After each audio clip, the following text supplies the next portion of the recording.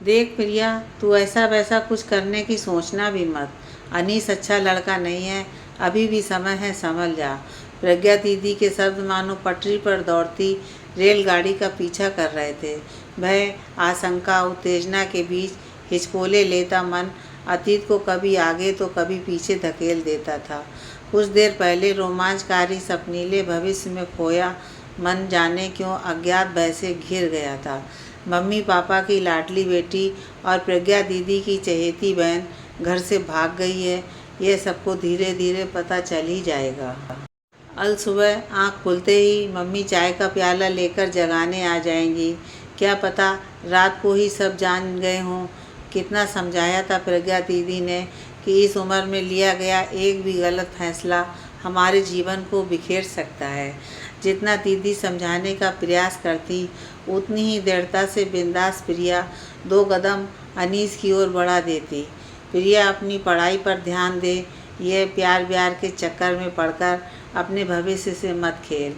दीदी, अब तो अनीस ही मेरी ज़िंदगी है, मैंने उसे दिल से चाहा है, वह जीवन भर मेरा साथ निभाएगा। प्रिया के ये फिल्मी संवाद सुन प्रज्ञा अपना सिर पकड़ लेती। क्या हम तुझे नहीं चाहते? और अगर तुझे अपने प्यार पर इतना ही भरोसा है तो एक बार पापा से बात कर उसे सबसे मिलवा तो सही। एक अनजाने अविश्वास के तहत जाने क्यों प्रिया पापा से बात करने की हिम्मत न जुटा पाई। उस वक्त अनीस द्वारा घर से भागकर शादी करने का रास्ता उसे रोमांच भरा दिखाई दिया। अनीस के केयरिंग स्वभाव पर वह उस दिन फिदा हो गई जब प्रज्ञा दीदी के जोर डालने पर उसने अनीस की मम्मी पापा से मिलने को कहा तो उसने भावावेश में प्रिया को गले लगा लिया और कहा वह अपने प्यार को खोने का रिस्क नहीं उठा सकता है। बस उसी रात गली के उस पार इंतजार करते अनीस के साथ वह आ गई। घर छोड़कर आते समय प्रिया का मनोबल चरम पर था। रास्ते में अनीस ने बताया कि वे लोग बेंगलुरु जा रहे हैं, जहां वे कुछ दिन उसके एक दोस्त के घर पर ठहरेंगे और 7 महीने बाद प्रिया के बालिग होने पर शादी करेंगे। रास्ते भर वह प्रिया को समझाता रहा कि इस दौरान उसे किसी से संपर्क नहीं रखना है। इस मामले में यहाँ कानून बेहद सख्त है। विचारों में डूबती उतरती प्रिया कब नींद के आगोश में चली गई उसे पता ही नहीं चला। अचानक एक स्टेशन पर गहमा गहमी के बीच उसकी नींद खुली। उसने देखा तो अनीस अपनी सीट पर नहीं था। बिंदास और मजबूत इरादों वाली प्रिया का हलक सूख गया था। आवेग से उसकी आंखें भर आईं, माथे पर पसीने की बूंदें चुचुहा आई थीं। अकेलेपन के एहसास ने उसे घेर लिया। तभी वह अपना मोबाइल खोजने लगी। पूरा पर्स खंगाल डाला पर कहीं मोबाइल नहीं दिखा। आप मोबाइल तो नहीं ढूंढ रही हैं? एक आवाज़ ने उसे चौंका दिया। सामने देखा तो एक युवती बैठी किताब पढ़ रही थी। आपने मुझसे कुछ कहा क्या? मुझे लगा आप अपना मोबाइल ढूंढ रही हैं। हाँ, आपने देखा क्या? प्रिया ने पूछा तो वह बोली, तुम्हारे साथ जो लड़का है वह तुम्हारा भाई है क्या? उसका प्रश्न प्रिया को रुचिकर नहीं लगा। तभी उस युवती ने आगे खुलासा किया, तुम्हारा मोबाइल तुम्हारे साथ जो लड़का था वह ले गया है। कातर दृष्टि से इधर उधर देखती प्रिया को उसने बताया कि वह दूसरे कंपार्टमेंट में बैठा ताश खेल रहा है। प्रिया यह सुन के शर्म से गड़ गई। उसे अनीस पर बहुत गुस्सा आया। कृपया आप मेरा सामान देखिएगा, मैं बाथरूम जा रही हूँ। प्रिया तेजी से निकली। तभी अंधेरे में किसी की आवाज़ पर उसके पांव वहीं ठिठक गए। दरवाजे के पास खड़ा अनीस मोबाइल पर किसी से कह रहा था, बस ऐसी ही बेवकूफ़ लड़कियों से तो रोजी रोटी चल रही है हमारी। उसका मोबाइल ले लिया है, 15-20 हज़ार का तो होगा ही। डर भी था कहीं घर वालों से संपर्क ना कर बैठे। मैं बिना बात की मुसीबत मोल लेना नहीं चाहता। अभी पूछा तो नहीं है पर घर से कुछ ना कुछ तो लेकर ज़रूर आई होगी। घर जो बसाना है मेरे साथ। उसके ये शब्द ठहाकों के साथ हवा में तैर गए। और हाँ सुन, तू सारा इंतज़ाम रखना, मेरी जिम्मेदारी केवल वहाँ तक छोड़ने की है, आगे तू संभालना। बस फिल्म मस्त बनानी चाहिए। हाँ, इस वार्ता को सुनकर प्रिया का खून बर्फ़ की तरह जम चुका था। उसके पांव स्थिर न रह पाए। वह गिरने वाली थी कि किसी ने उसे संभाला। वह कैसे अपनी सीट तक आई उसे पता ही नहीं चला। 2 घूंट पानी पीने के कुछ क्षण बाद उसने आंखें खोलीं तो अपने कंपार्टमेंट में बैठी युवती का चिरपरिचित चेहरा दिखा। तुम ठीक तो हो ना? उसने जैसे ही पूछा, प्रिया की आंखों से अश्रुधारा बहने लगी। उस युवती ने अपने साथ आए शख्स को बाहर भेज दिया और कूपे को अंदर से बंद कर दिया। क्या हुआ? साथ आया लड़का बॉयफ्रेंड है ना तुम्हारा? उस युवती की बात सुन प्रिया फपक पड़ी। देखो, वह लड़का ठीक नहीं है, यह शायद तुम्हें भी पता चल गया होगा। मैं जानती हूँ कि तुम दोनों घर से भाग कर आए हो। प्रिया ने आश्चर्य और संकित नज़रों से उसे देखा तो वह बोली, मेरा नाम शरण्या है, तुम मुझ पर भरोसा कर सकती हो। वैसे तुम्हारे पास और कोई चारा भी नहीं है।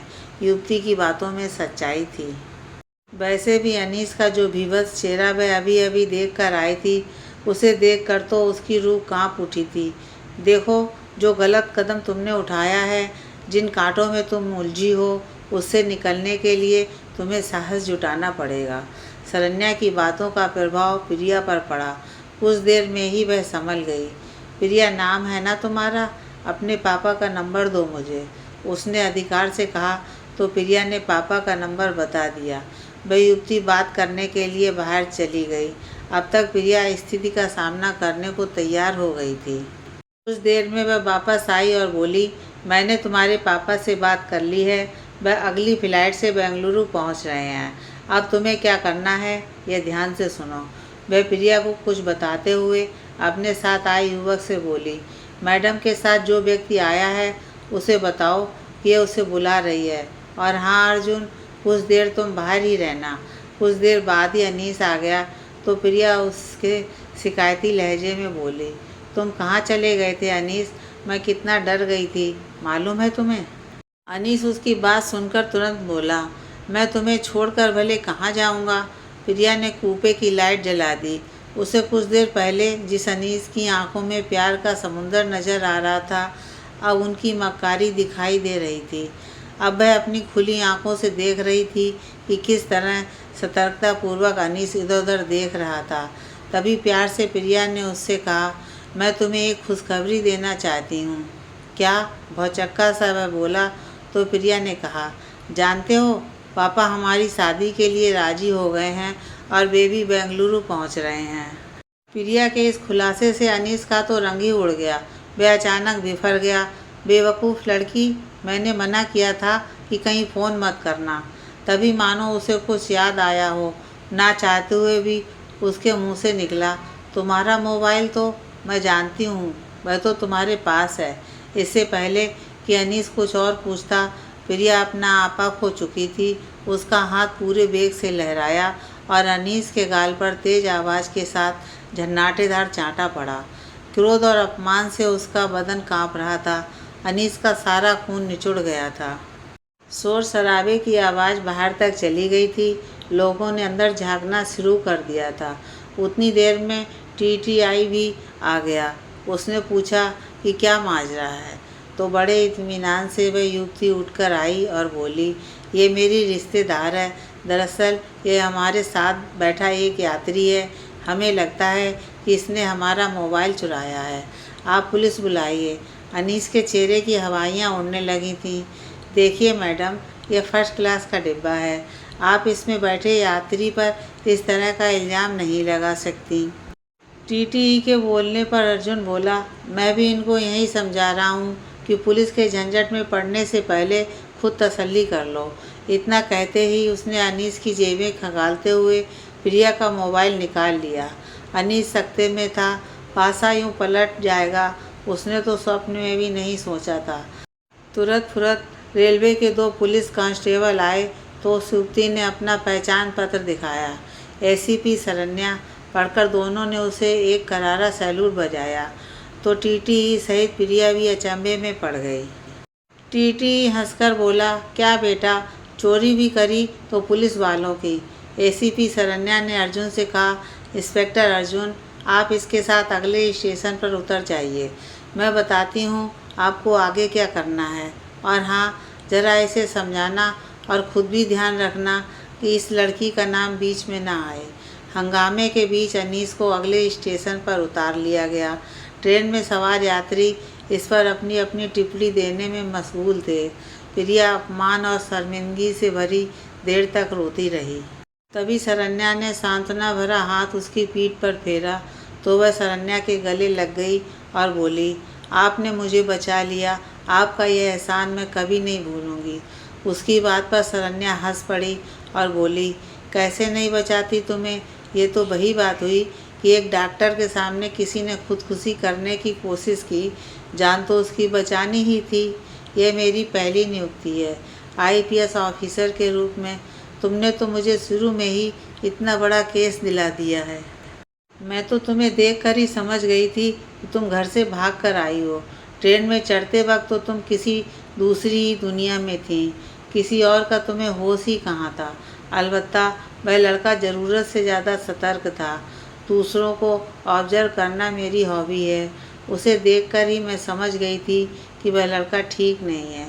जब मैंने चुपके से उसे तुम्हारे पर्स से मोबाइल निकालते और पैसे चेक करते हुए देखा तो मुझे बड़ा अजीब लगा। जब वह बाहर गया तो मैंने अर्जुन से बात करके उस पर नज़र रखने को कहा। इसलिए जब तुम बाथरूम गई तो तुम्हारे पीछे पीछे मैं भी आई थी। मुझे पता था कि कहीं कुछ गड़बड़ है, पर मेरी समझ में यह नहीं आ रहा था कि तुम्हारी जैसी पढ़ी लिखी लड़की आज के ज़माने में ऐसी मूर्खता कैसे कर सकती है। ज़रा सोचो, अगर वह अपनी योजना में कामयाब हो जाता तो क्या होता। तुम ठीक समय पर संभल गई, अन्यथा उस दलदल में फंसने के बाद ज़िंदगी दूभर हो जाती। प्रिया सब सोचकर एक बार की फिर से सिहर उठी। मैं अब घर जाकर सबसे नज़रें कैसे मिलाऊंगी? कुछ खोई हुई सी वह बोली। देखो प्रिया, सवाल यह नहीं है कि तुम सबसे कैसे नज़रें मिलाओगी, यह सोचो कि तुम अपने वजूद से कैसे नज़रें मिलाओगी, जिसे तुमने इतने बड़े जोखिम में यूं ही डाल दिया। खुद से नज़रें मिलाने के लिए तो तुम्हें अग्नि परीक्षा से गुजरना पड़ेगा। तुम्हारा कर्म ही तुम्हारी अग्नि परीक्षा होगी। अब यह तुम पर निर्भर करता है कि तुम किस तरह से खुद को और अपने भविष्य को संवार कर अपने परिवार के सदस्यों को ये खुशी दो जिससे तुम्हारा ये सफ़र न तुम्हें और न कभी तुम्हारे परिवार को याद आए। शरण्या की बातों का असर प्रिया की चुप्पी में दिखा। मन ही मन वह आत्ममंथन करती रही। मानसिक रूप से थकी प्रिया कब सो गई पता ही नहीं चला। किसी के स्नेह भरे स्पर्श से आंखें खुलीं। सामने पापा को देख वह छोटी बच्ची की तरह उनसे लिपटी। साथ आई प्रज्ञा भी रो पड़ी। आपका यह एहसान हम कैसे चुका पाएंगे? पापा शरण्या से बोल रहे थे। पापा, आप मुझे कभी माफ़ कर पाएंगे क्या? उन दोनों की बात सुनकर शरण्या ने प्रिया के पापा से कहा, अगर आप वाकई एहसान उतारना चाहते हैं तो मुझसे वादा कीजिए कि आप अपनी बेटी पर भरोसा कायम रखते हुए इसकी उड़ान को पंख देंगे। इस सफ़र को भूलते हुए आगे की ज़िंदगी में इसका साथ देंगे, ना कि इस सफ़र का बार बार उल्लेख कर इसकी आगे की ज़िंदगी को दूभर बनाएंगे। मैं वादा करता हूँ कि प्रिया की आज की भूल का जिक्र करके हम इसके मनोबल को नहीं गिरने देंगे। आज के बाद हम में से कोई भी प्रिया से इस बारे में कोई बात नहीं करेगा। पापा, आपकी बेटी आपका सिर कभी झुकने नहीं देगी। मैं भी शरण्या दीदी जैसा बनकर दिखाऊंगी। शरण्या के व्यक्तित्व के प्रभाव से प्रभावित प्रिया पापा के साथ पाकर पूरे आत्मविश्वास से बोली तो पापा और प्रज्ञा ने उसे प्यार से थाम लिया। शरण्या समझ गई कि अब सही मायने में प्रिया भंवर से बाहर निकल चुकी है। उसके होंठ पर तसल्ली भरी स्मित रेखा थी।